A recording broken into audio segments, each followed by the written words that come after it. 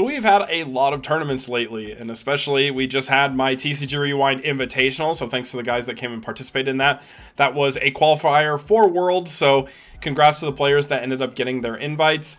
We're going to be covering a lot of the different decks from a lot of the different events. We have the Invitational, we've got the in-store championship that took place in Germany, as well as Tengu Rumble 10.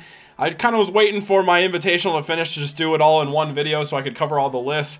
So I got a lot of stuff to cover, but honestly, lately it has been the year of agents. You know, you'll probably see that in the thumbnail, but agents has kind of been everywhere. People are really heavily playing into it, which means a lot of things for the meta, you know what I'm saying? So, starting off, I guess these are going in reverse order, so this was the most recent one, but as you can see, my Invitational had 7 people on agents, 5 on heroes, and then we had some, like, interesting, like, off-meta hero builds. Then 4 Tangu Plants, 3 Gravekeeper, 3 X-Saber, 3 TG Stun, 3 Cat Sith Control, 2 Lightsworn, and then a bunch of other decks. You know, we had, like, Morphtronic, Crusher Control, all this kind of stuff.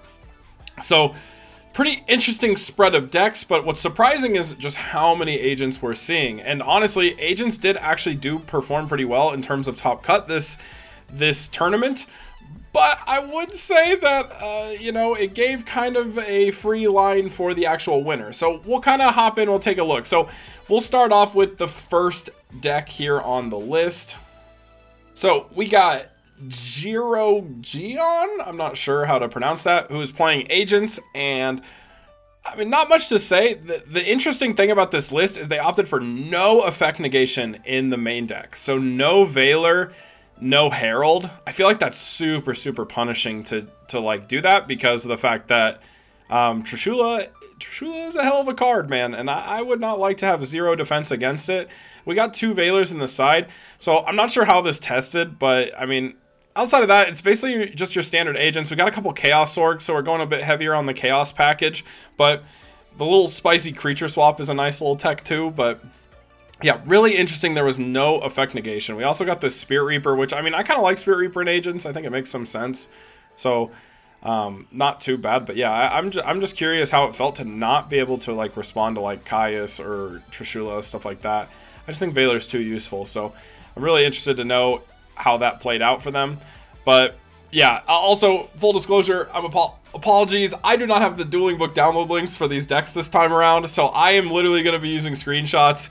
So if you guys want to know what a certain card is, you can ask me in the comments and I'll tell you.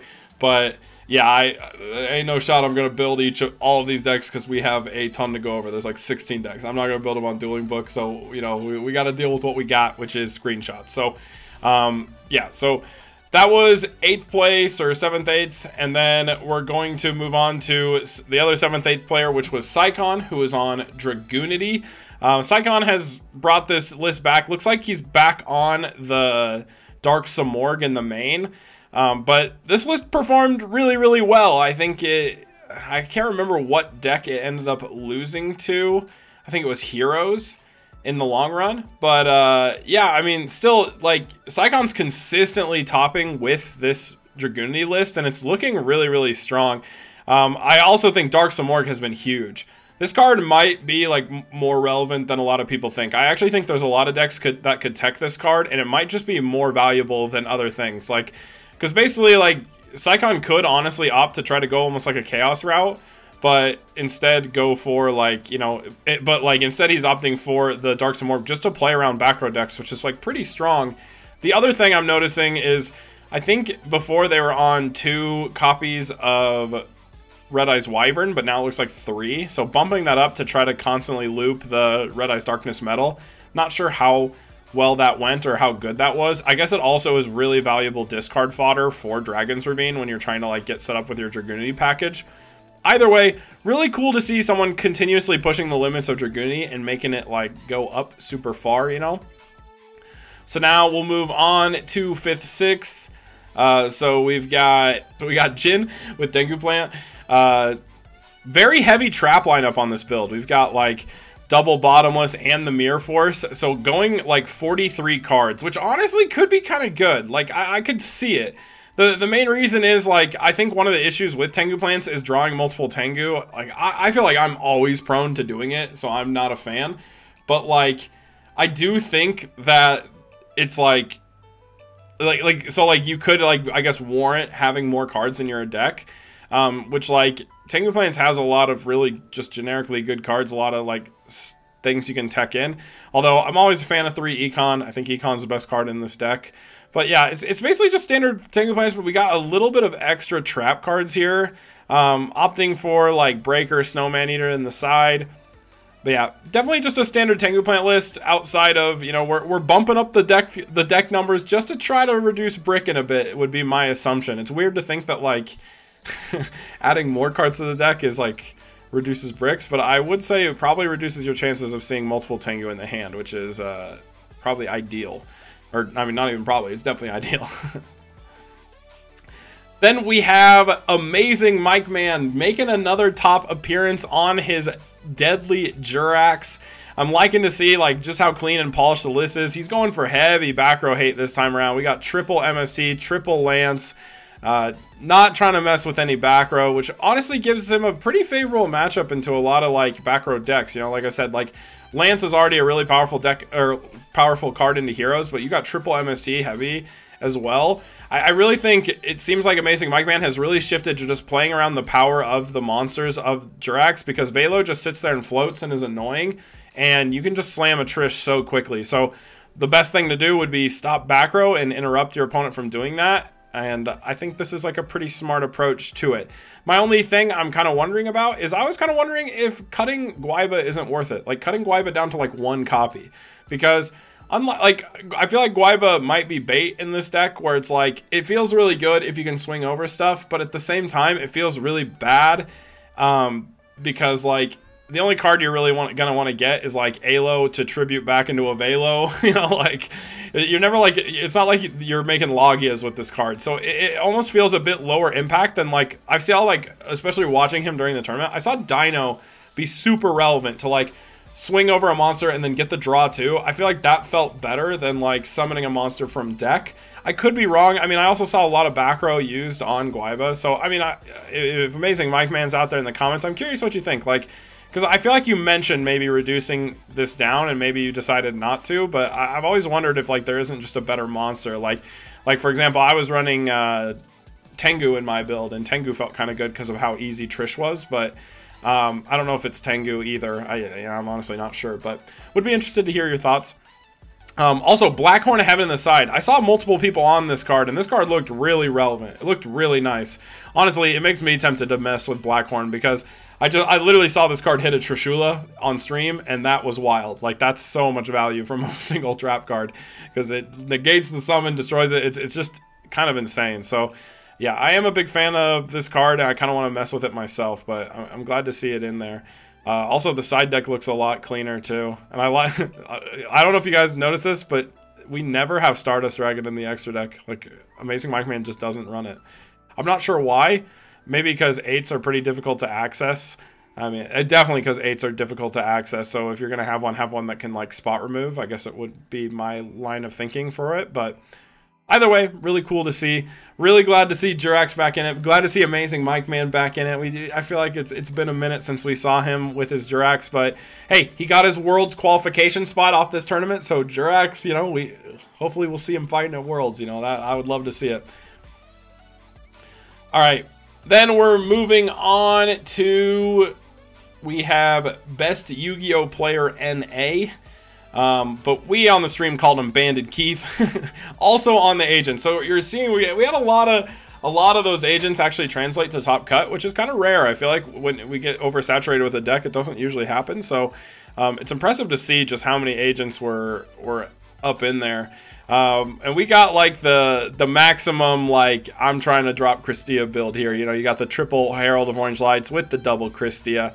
But yeah, I mean, it's all just looking pretty standard. Nothing crazy. We got the Gen X Ally Birdman in the main, which is a bit spicy. A lot of people don't play this because of Max C. But in terms of main decking it and the extensions it can give you, I don't even think it's that bad to main right now. Because again, Max C is like kind of like, it's not the best main deck card. As you guys already know, I've talked about it a lot. So I could see this being worthwhile in the main and then side it out in game 2 and 3. Like, that doesn't sound too bad. But yeah, other than that, it's pretty standard stuff, you know, nothing crazy, just another agent list. All right, now we got this super blurry image of Halfar's hero beat. So Halfar was playing the standard heroes, also secured his world spot, which is really, really cool. But, you know, just the perfectly clean hero deck, honestly. Like, you got the triple alias. I think this is, like, the ideal way to build this deck. You know, like, I think he's got it on lock. We got triple Gemini Spark, triple duality. No crazy text, really. It is kind of interesting. Like, one thing I will say is, if you're going to have a low monster count, because, like, this is a really, really low monster count, I do think Hero Blast goes up in value, just because it lets you cycle your monsters a bit better. So one Hero Blast feels a little scarce. I don't know if Halfar felt like he was short on monsters, but that would be, you know, I'd like to know. I also saw Mind Crush be hyper relevant in a lot of matches for Halfar on stream. So, you know, good for him. But hey, congrats making top 4. That's a big leap. That's a big step, especially for one of these invitationals. Just barely missed that mat and money. I mean, you got $5 for top 4. Hey, it's not bad, but you know, it is what it is. So yeah, we'll move on to, I guess this is third, fourth. Like, they both were, you know, top 4. So this is second place. We had Jaden Yuki, who's a notorious Tangu Plant player, actually managed to secure their Worlds invite at the last tournament and decided to play Agents instead. So kind of pivoting, maybe trying out some stuff, especially, you know, like the nice thing about qualifying for Worlds early is you have the time to test other decks and play other things you might want to try. And so that's kind of what we're seeing here, is my assumption. You know, I think Jaden Yuki's a diehard Tengu Plant fan, but, you know, wanted to see if they could top with other things.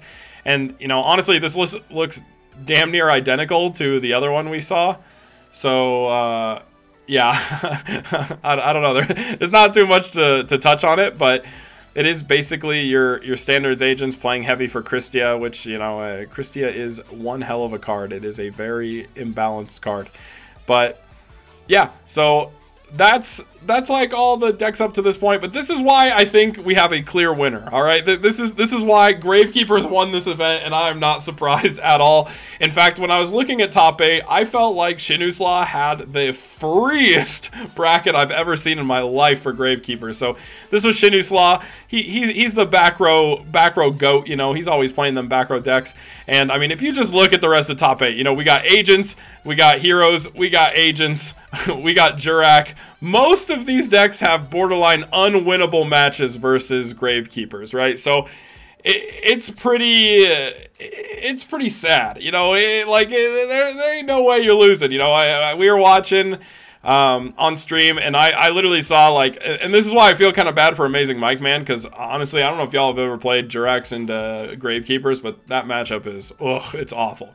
And so you have to have Juraks against Gravekeepers, and, you know, Amazing Mike Man ended up losing that matchup, so he got paired against a Gravekeeper person first, and Shinu proceeded to play against 2 agents to make it into the finals. I think this was probably the best deck in the room, especially because of how saturated the tournament was with agents. You know, it's like I talk about with Tengu being a fluid format. Sometimes a lot of decks pop up, and so you're seeing, like, we saw 7 agent decks. That means Gravekeepers is an insanely strong meta call, right? This deck does do some damage to them agent players, and it's kind of looking basically like Himne's list. Honestly, I don't even know if there's anything different.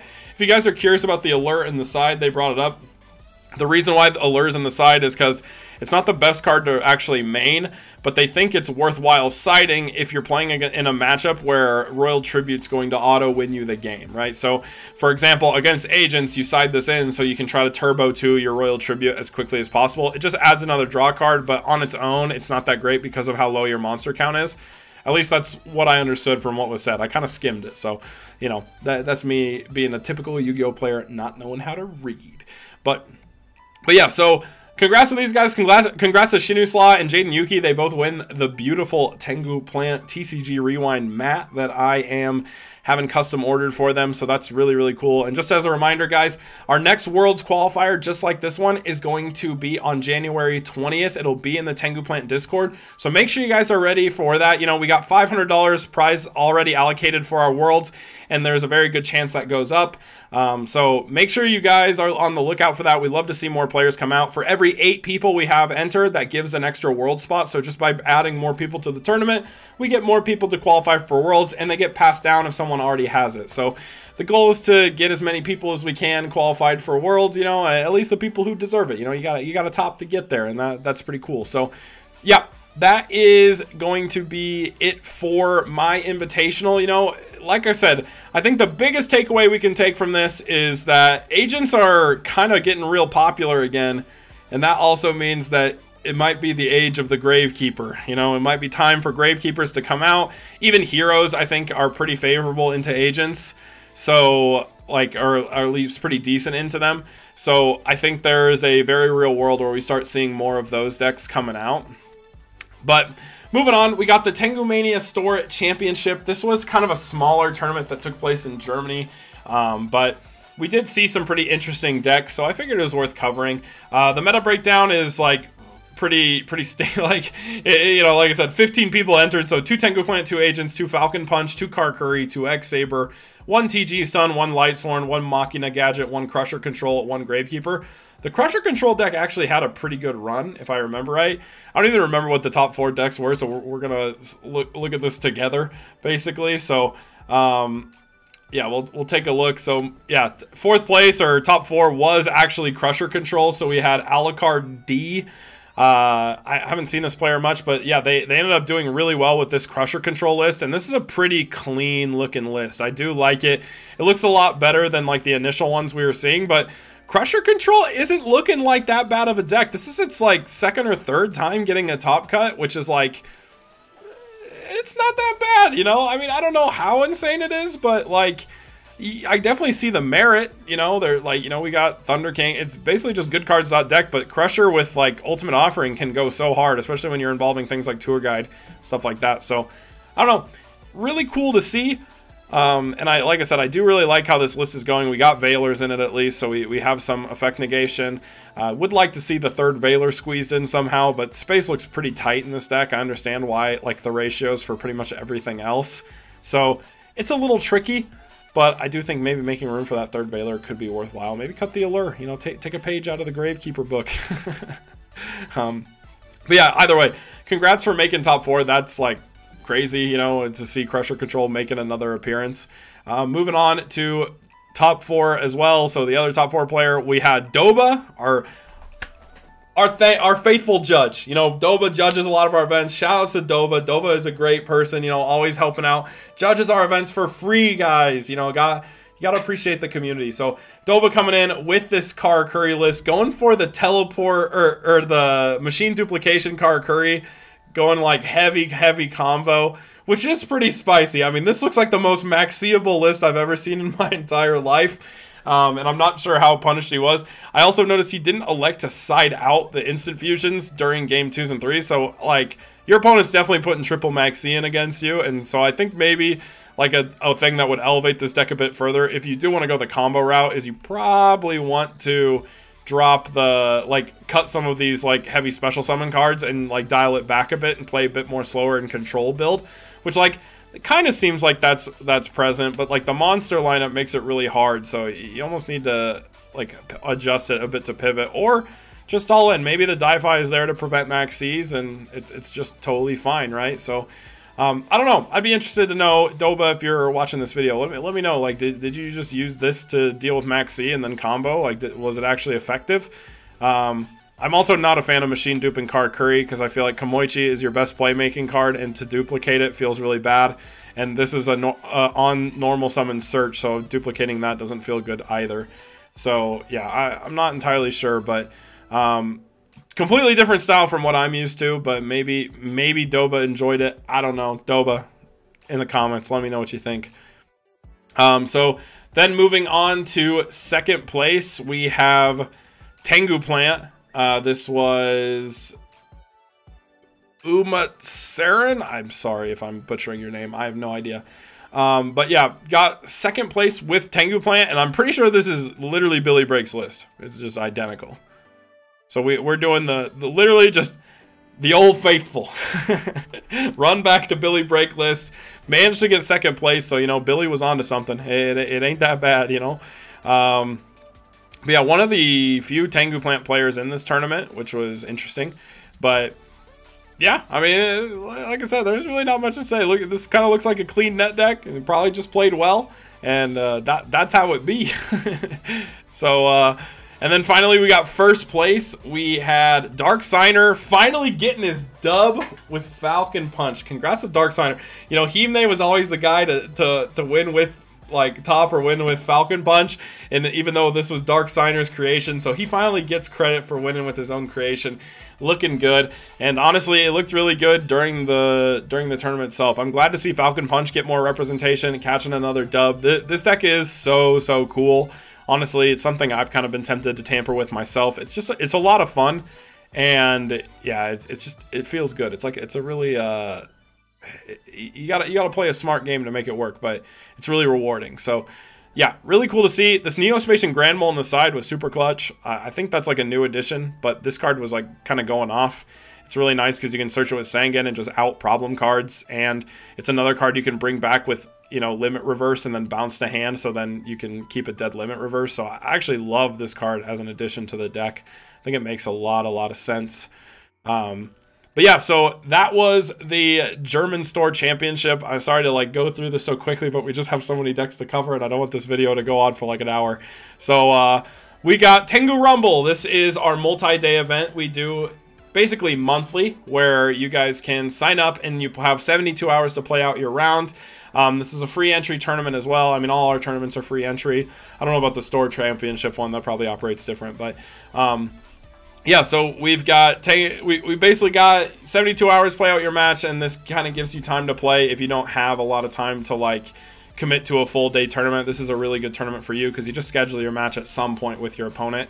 But yeah, so another one with a large sum of agents. So 6 agents, 3 Tangu Plant, 3 Hero Beat, 3 X-Saber, 2 Cat Sith Control, 2 Dragoody, 2 Lightsworn, 2 TG, and then 8 others. You know, we got Jurak, Crusher Control, Gladiator Beast, all kinds of stuff. And again, I don't even really remember what the top cut of this was, so we'll have to take a look. So in third, fourth, we have Quinning, who actually topped with Gladiator Beast, going for a Di-Fi build too, which is pretty cool. So, oh, it's like Iatos Gladiator Beast. Yeah, that's sick. You know, I'm honestly a big fan of Iatos. I really like this card. I will say one thing I think is like really good with this when I was testing with like Iatos as well is I liked running Gladiator Beast Respite. I would at least run it as a one of, because you can always, once you see Respite, you can just keep adding it back, which basically lets you like any cards you add back off of a quest, you can just shuffle back into the deck for a draw 3. It's really powerful. And that's something I never really paid much attention to, is just recycling Respite with a quest. It basically like makes you have way less brickier hands, which I think is really strong in Gladiator Beast. So pretty cool. But yeah, Guardian Iatos, I'm a big fan of this card. Just getting the free beater when you don't have a grave, it's pretty strong. The multiple quest and like Darius is kind of spicy too, because I feel like this would clash with these cards, right? I'm not sure. You know, I don't know how it worked out for Quinning, so but yeah, very interesting Gladiator Beast list, and another top for Glad, so that's really cool to see that, you know, people are still messing with them. Then we'll move on to the other third, fourth deck. We had Berto's with X-Saber, and honestly, this list is just near perfect. You know, you know, we're on the decree list. You know, respect. I always love to see people taking this beautiful trap line. This is the best trap lineup in X-Sabers, 100%, no questions asked. You know, I think this is the best way to build the deck. We're on triple upstart, which I suppose is okay. I mean, if you want to go that route. And I like that he's on multiple copies of Hamster, because Hamster is really good. This is just a pretty clean X-Saber list. It looks very similar to stuff I've ran in the past, and I'm glad to see someone else like perform with the deck, because it is really strong. Pretty low hand trap count.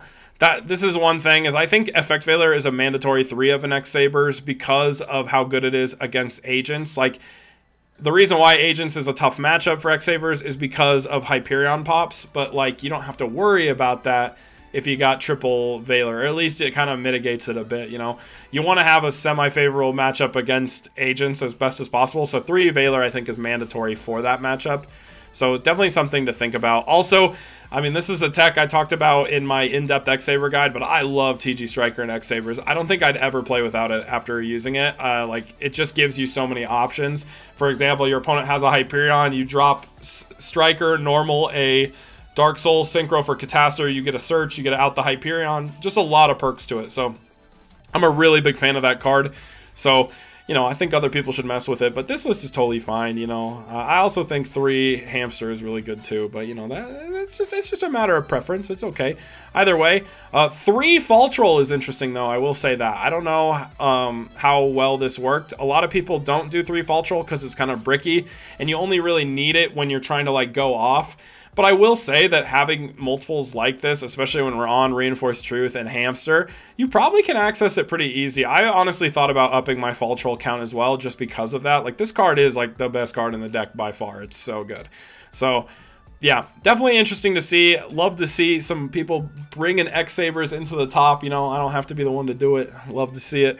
And so then we'll move on to second place, which is Himne, who is Halfar, using Halfar's list, saying, please don't call me the Gravekeeper guy. So we got the Gravekeeper guy, Himne, in here, playing Lightsworn, and I respect the hell out of it because he's on Triple Wolf. I think if you're not on Triple Wolf, you ain't playing Lightsworn, you know, you Gamba. This is the Gamba deck. You want to mill big or lose big. You want to brick or win in one turn, you know, that's how I feel about it. So I really like this list, and, you know, we're not opting for the full plant package, though. We just got the Glow Bulb, so... and I guess the Plague Spreader, which is, you know, it's probably fine, you know, it's alright. But I like the triple Raikou. I think Raikou is just, like, it's like one of the best Lightsworn monsters. Like, it feels good to just set that card and threaten. And then we even got a little spicy Junk Synchron in there to bring it back. So that's kind of nice. 3 Duality. Interesting. I don't like Duality in Lightsworn, but I could be wrong, you know. I feel like we brought this up last time. I can't remember what we said. If you can like resolve Duality before your end phase mills, if you can and can still special summon Wolf, it's probably fine. If not, then I don't think this card is that good. But I guess it does help you get to your Judgment Dragons, which is going to hard win you the game more than just milling a single Wolf. So, you never know. You know, Himne, let me know in the comments what you think about it. And then finally, the final list, the winner of our Tengu Rumble was actually the first dub for agents we had seen in our Discord, which is kind of spicy. We had Evolution, who was playing just standard agents. And honestly, again, like, this looks identical to the other builds we've already seen. This is feeling like the standard list people are using, you know? Like, even down to the Spell Trap lineup, maybe, you know, like, we even got the Birdman in the main deck, as well as Jupiter and stuff like that. So... It pretty much looks identical. Everyone's running this build. So, hey, guys, you trying to get better at the agent matchup, play against this deck, because this is literally the one everyone and their mom is using right now. So, yeah, like I said, major takeaways on the meta. I think with this, back row decks might go up in viability. We literally saw, like, very few people on Heroes, very few people on TG, very few people. I think we saw 3 on Gravekeepers, and Gravekeepers ended up winning the most recent Invitational. I think Gravekeepers might go up in stonks. You know, I think Gravekeepers are looking pretty strong, and if Gravekeepers go up in stonks, then that means there might be a world for my boy X-Sabers to come back into. You know, just addressing how to deal with the meta. Decks that might struggle a bit in the meta is, I think... if you're wanting to play like Karakuri, for example, I think Karakuri struggles versus agents because of Herald of Orange Light. Breaking your Synchro and preventing the special summon feels really bad. So if you're playing Karakuri, I would recommend running My Body as a shield to play around Herald of Orange Light. Otherwise, you might struggle in those matchups a bit. But, you know, any deck can still win, guys. Don't take this as like, oh, you know, some deck is doomed, some decks aren't. But just some things to consider or look out for. You know, Herald of Orange Light is one of the more frustrating cards that agents have because, like, popping your monster and negating the effect is strong. But hey, My Body as a Shield is a nice little tech to deal with that. So something to keep in mind. But other than that, guys, that is basically all the tournaments. We have many tournaments coming up soon. You know, we got our next one. Like I said, our next one is going to be in January. We get a little month off, you know, over like Christmas time or holidays, while, you know, so you guys have time to test and prepare. And like, I think next tournament we're going to be going to is I'll be going down to California, the PS5 tournament at Collectible Exchange, PS5 and a Switch, which is pretty big. And that's going to be in California. So if you guys want to come meet me, stuff like that, great way to do it. Love to play some Tengu against you guys. I'm just excited to play some in-person Tengu. And it sounds like that tournament's filling up, so make sure you guys pre-register, like hit up the store if you aren't already on there, because we got to make sure that you guys make it. They might even need to make the event bigger because there's a lot of people interested, it sounds like. Sounds really cool. So, but yeah, other than that, we'll give a quick shout out to the Patreons for sure. I mean, without these guys, we wouldn't have these Tangu Plant tournaments. So shout out to Beastie, Slapgod, My Dude, Photoshooty, Brian Ford, and Sven Olbrehend. Thank you guys so much for the support. But other than that, thank you guys so much for watching. Let me know in the comments what you guys think about these lists, and make sure you guys have a great time doing today.